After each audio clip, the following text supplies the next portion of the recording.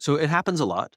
And I sometimes I point it out. Yeah. I'm like, what's making you so negative? I never say why so negative, because it's ironically the question why is actually it's an emotional question. It can be Okay. perceived as aggressive. I'm like, what's making you so negative? Like, there's a lot of good things happening here. I want to know more. So replacing judgment with curiosity Yeah. is one part. Um, the other thing is to just allow them to feel that way. So it's like, oh yeah, I hear you, acknowledging the negativity, and then sort of moving on.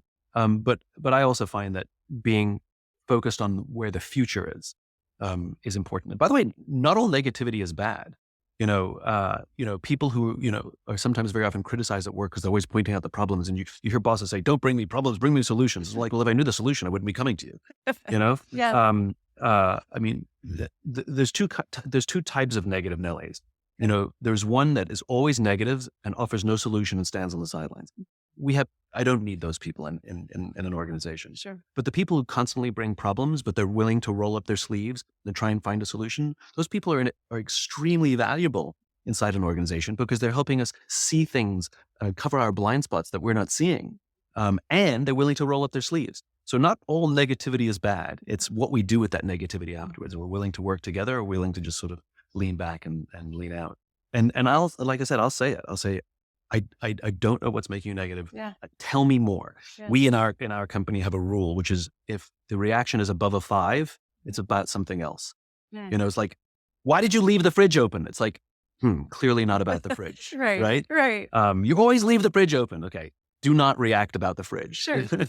Absolutely. So it's the same thing. We find that in work. Like, people sometimes get very amped up about something, and you sort of pay attention, like that reaction to what we're talking about don't match. This is about something else. Yeah. And this is where good leadership and good human skills come into play, which is, are you able to read the room and figure out what's going on here? Are they having a bad day? Is there something else? Or is there something that I don't know about the work that we're doing that I can easily help address and fix? Or did somebody just hangry or tired, and that's okay too?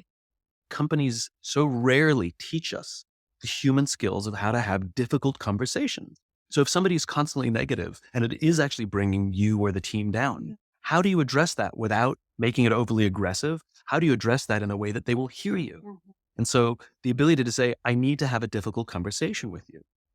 In Thursday's meeting, you were so negative.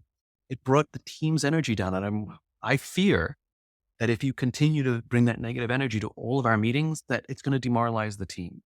And then learn to be quiet and allow somebody to soak that in.